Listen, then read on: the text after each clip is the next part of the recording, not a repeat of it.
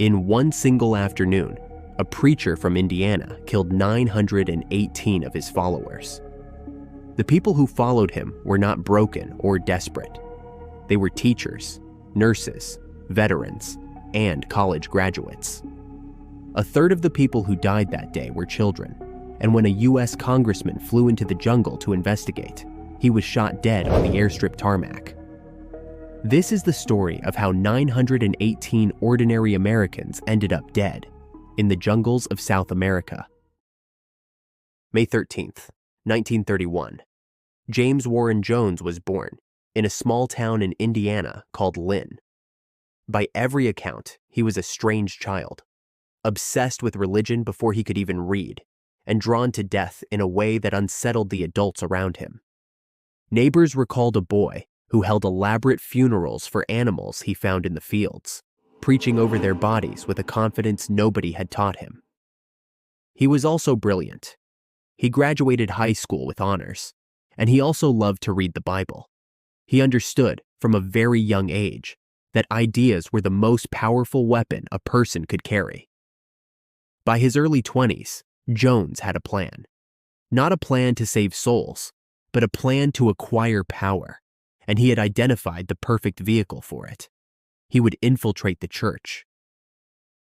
In the 1950s, Indianapolis was a deeply segregated city. Jim Jones built a fully integrated congregation, black and white, rich and poor, sitting side by side. At a time when other churches were turning people away at the door, Jones was opening his. He fed the homeless, he ran drug rehabilitation programs, and he took in orphans. And then there were the healings. Jones claimed to cure cancer with his bare hands. He would reach into a person's body, remove what he called a tumor, and hold the massive tissue up for the congregation to see. What the congregation didn't know was that it was actually chicken liver purchased that same morning. By the early 1970s, the People's Temple had grown to over 3,000 members, with branches in San Francisco and Los Angeles. Politicians competed for Jones's endorsement. Vice presidential candidate Walter Mondale met with him privately on his campaign plane. Rosalind Carter met with him multiple times, and Governor Jerry Brown praised him publicly. Jim Jones had made himself untouchable. But behind the church doors, something else was happening entirely. Members who wanted to leave were told they would be hunted down. Jones kept files on everyone, confessions they had made during services, written statements signed under duress, and private admissions that could destroy families if released.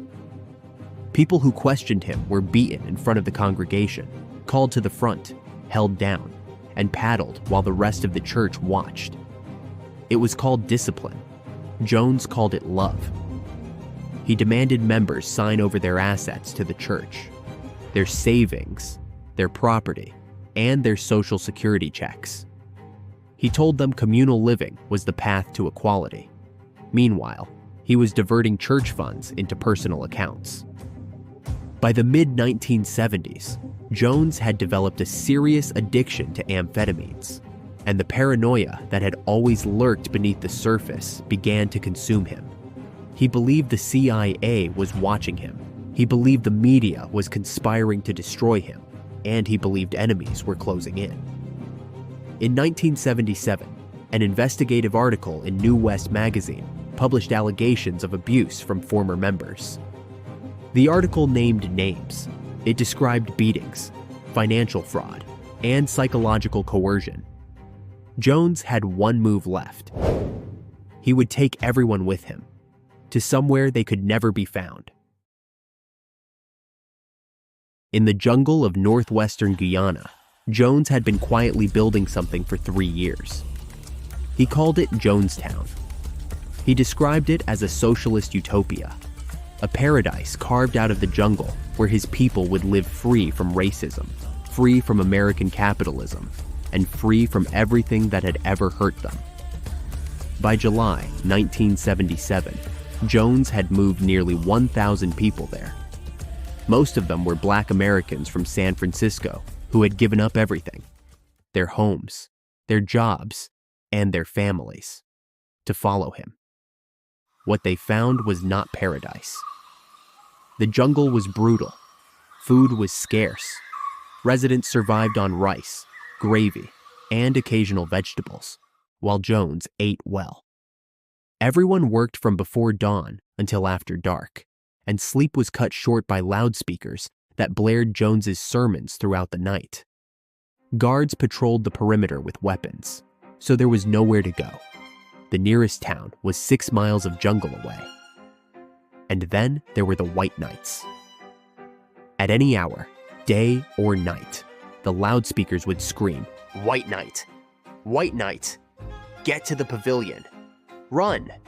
Your lives are in danger!"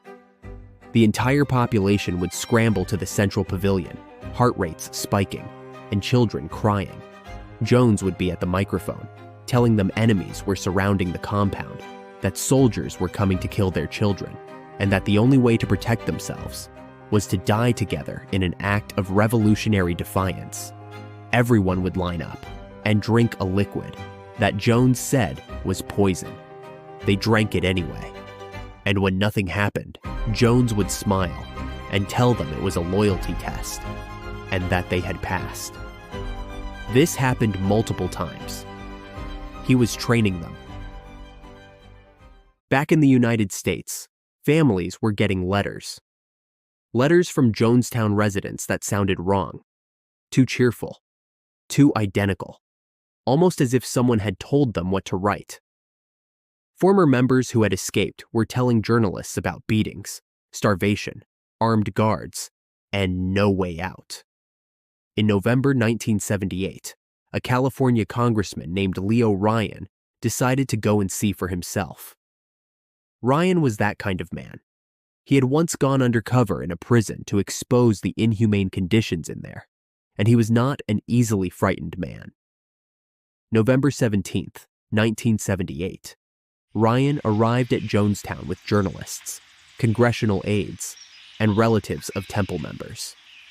Jones greeted him warmly. He had no choice. A sitting US Congressman, surrounded by cameras, was not something he could turn away. That evening, as Ryan's delegation mingled with residents, something began to happen. One by one, people found ways to slip notes to the visitors. Small folded pieces of paper, passed in handshakes, tucked into pockets, and they all said the same thing. "Please take me with you. Please." By the next morning, 16 people had asked to leave. Jim Jones watched them from the pavilion, and he understood exactly what was happening. November 18th, 1978. Ryan's delegation loaded onto trucks with the defectors and drove toward the airstrip at Port Kaituma, 6 miles away. As they prepared to leave, one of Jones's men lunged at Congressman Ryan with a knife. Ryan escaped unharmed, but everyone knew what that meant. They drove to the airstrip where 2 small planes were waiting. The group was larger than expected, so they had to wait for a 3rd aircraft to be chartered from Georgetown. As they stood on the runway, a dump truck emerged from the tree line, and armed men jumped out.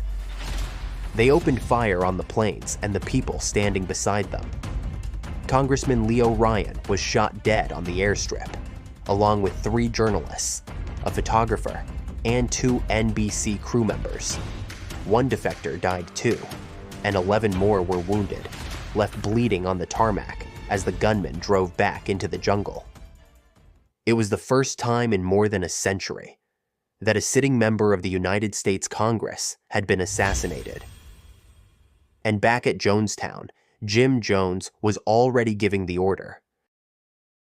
The loudspeakers came on at 5:17 in the afternoon. Everyone was to report to the pavilion immediately. This was it, the final White Night. A large metal vat was rolled to the center of the pavilion. It contained grape-flavored juice, sedatives, tranquilizers, and cyanide. Jones addressed his congregation from the microphone.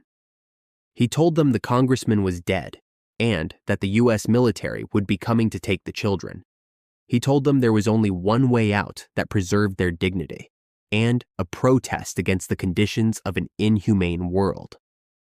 The youngest members of the People's Temple died first. Medical staff used syringes to place the mixture into the mouths of infants, then the children, then their parents.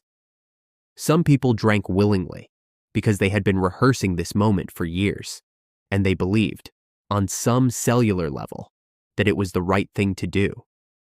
Others were forced, and others simply had no way out.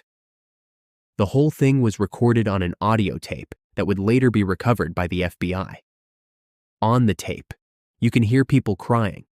You can hear a woman stand up and arguing, saying the children should be allowed to live.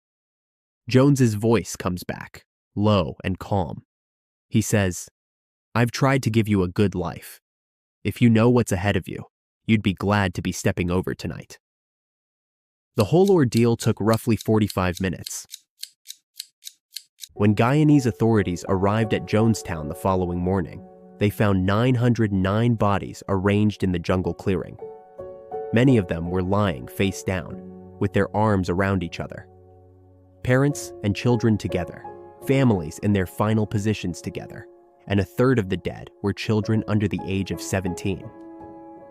Jim Jones was found in a chair near the pavilion, a single gunshot wound to the head. Whether he shot himself or was shot by someone else has never been conclusively determined. The only survivor found in Jonestown that morning was a 76-year-old woman named Hyacinth Thrash. She had hidden under her bed and slept through the entire night. When she came outside and saw what had happened, she said, "They came and killed them all, and I'm the only one alive. Why didn't they take me too?" 5 people who died that day were never claimed by any family. They remain buried together at a memorial cemetery in Oakland, California. The people who followed Jim Jones to Guyana were not fools. Most of them were educated, motivated, and idealistic. They believed in racial equality. They believed in building something better, and they went to Jonestown because they wanted a more just world. The only recorded US Congressman ever assassinated in the line of duty was Leo Ryan, who was killed trying to save them. He was posthumously awarded the Congressional Gold Medal. Most people have never heard of him, but now you know the whole story. If you made it this far, thank you for watching. Subscribe to my channel so you never miss the next story.